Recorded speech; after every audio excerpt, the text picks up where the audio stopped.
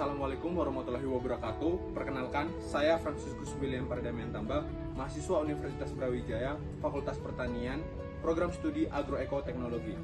Pada kegiatan KKN ini, yang dilakukan di Kota Batu, Kecamatan Junrejo, Kelurahan Dadaberjo, saya mengangkat tema Urban Microgreens sebagai solusi pertanian skala rumah tangga yang sehat, hemat, dan berkelanjutan. Dengan pendekatan sederhana berbasis teknologi lokal, budidaya microgreens menjadi peluang untuk peningkatan ketahanan pangan bagi warga desa dan sumber nutrisi yang cepat. Kegiatan ini mendukung pencapaian Sustainable Development Goals, terutama pada SDGs 3 dan SDGs 12. Apa itu microgreens dan apa keuntungannya? Microgreens adalah sayuran mini yang dipanen pada 7-14 hari setelah tanam, atau bisa disebut kecambah. Meski ukurannya kecil, kandungan nutrisinya cukup tinggi, bisa 40 kali lipat dibandingkan tanaman konvensional. Kaya akan vitamin dan serta antioksidan. Dengan cara yang cukup sederhana, menjadikan sumber nutrisi yang fungsional, cocok untuk masyarakat urban dan desa. Pembuatan microgreens kali ini, kita menggunakan beberapa alat dan bahan. Pertama, ada tray sebagai media, dan juga ada penutup hitam untuk fase gelap dari si perkecambahannya nanti. Bahan yang digunakan ada 3 jenis benih. Pertama ada benih kangkung, lalu ada benih sawi, dan benih jagung. Untuk media tanamnya kita menggunakan bahan yaitu kokopit yang sudah direndam. Pada pemilihan jenis benihnya, saat perendaman itu harus dilakukan pencucian berkali-kali, karena bila benih yang digunakan dari pabrikan itu mengandung obat untuk si benih ini nanti ditanam. Nah, untuk pada microgreens ini kita tidak membutuhkan hal tersebut, maka kita harus mencucinya agar nanti tidak terjadi pembusukan. Dan kita bisa memilih benihnya untuk mengetahui potensi dari kehidupannya itu dari perendaman seperti ini. Kita bisa memilih benih yang mengambang seperti ini dibuang, karena kemungkinan untuk tumbuhnya tidak besar.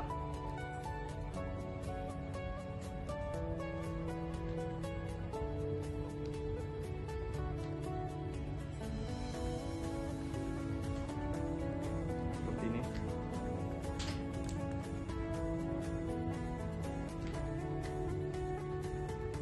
Lalu setelah itu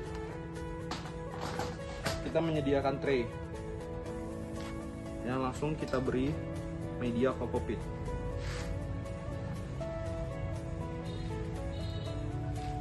Tinggi dari si kokopit ini bisa 2-3 cm di dalam medianya.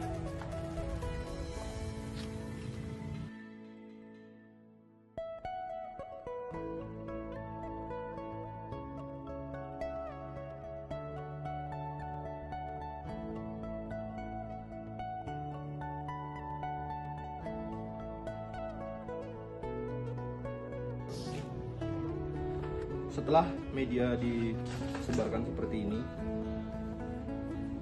ada 2 cara penanaman.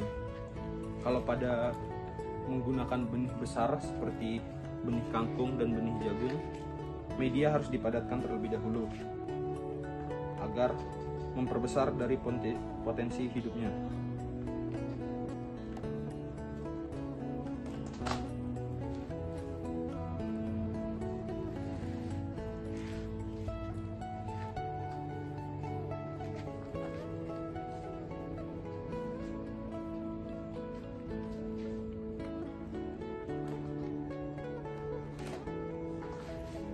Ini adalah contoh benih yang sudah direndam 2-3 jam dan direndam menggunakan auksin.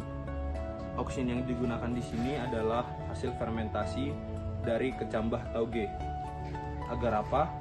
Agar bisa memperbesar dari potensi hidup si benih ini di dalam tray nantinya.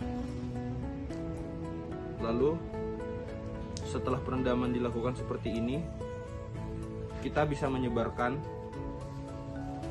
dari si benihnya langsung ke dalam tray.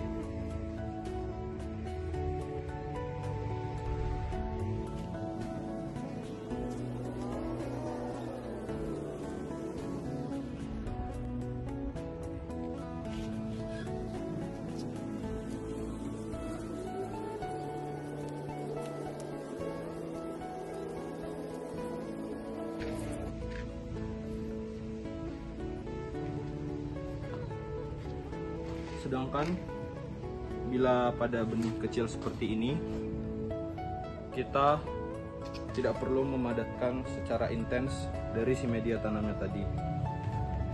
Begini contoh si benihnya setelah disebarkan ke medianya.